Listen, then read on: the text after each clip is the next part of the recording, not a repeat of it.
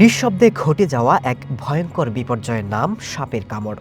মাত্র কয়েক মিনিটের মধ্যেই নার্ভ সিস্টেম আর রক্ত সঞ্চালন ব্যবস্থাকে অকেজো করে মৃত্যু ঘটাতে পারে একটি বিষধর সাপ। প্রকৃতিতে কমে আসছে বনাঞ্চল আর কৃষিজমি।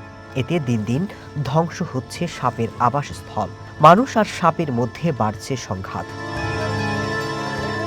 বিশ্ব স্বাস্থ্য সংস্থার তথ্য বলছে, প্রতি 4 থেকে 6 মিনিটে একজন করে মানুষ মারা যাচ্ছেন সাপের আক্রমণে।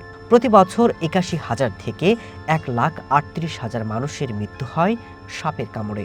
মৃত্যু ছাড়াও প্রতি বছর ৪.৫ লাখ মানুষ সাপের কামড়ের ফলে অঙ্গচ্ছেদ বা স্থায়ীভাবে পঙ্গু হয়ে পড়ার মতো পরিস্থিতিতে পড়েন। তবে অবাক করা তথ্য হচ্ছে, বিশ্বে প্রতি বছর যত মানুষ সাপের কামড়ে মারা যান তার অর্ধেকের বেশি মৃত্যু হচ্ছে ভারতে।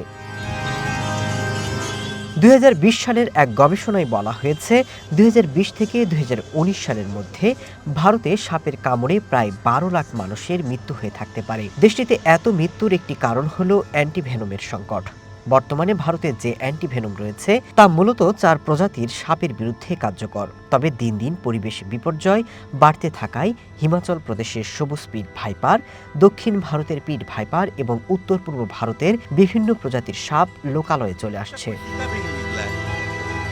সাপের কামড়ে বেশি ক্ষতি হচ্ছে নিম্ন আর মধ্যম আয়ের দেশগুলোতে, বিশেষ করে এশিয়া, আফ্রিকা আর ল্যাতিন আমেরিকার মতো অঞ্চলে। জলবায়ু পরিবর্তনের ফলে বিষাক্ত সাপের বিস্তার এবং মানুষের সাথে তাদের সংস্পর্শ আরও বাড়বে। বিশ্লেষকরা বলছেন, এই পরিবেশ বিপর্যয়ে নতুন নতুন অঞ্চলে সাপের দেখা মিলবে, যেখানে মানুষ আগে কখনো এ ধরনের বিপদের মুখোমুখি হয়নি। আর সঠিক সময়ে চিকিৎসা না পেলে মৃত্যুর ঝুঁকিতে পড়তে পারে আরও বহু মানুষ। Masud Rana, one international desk.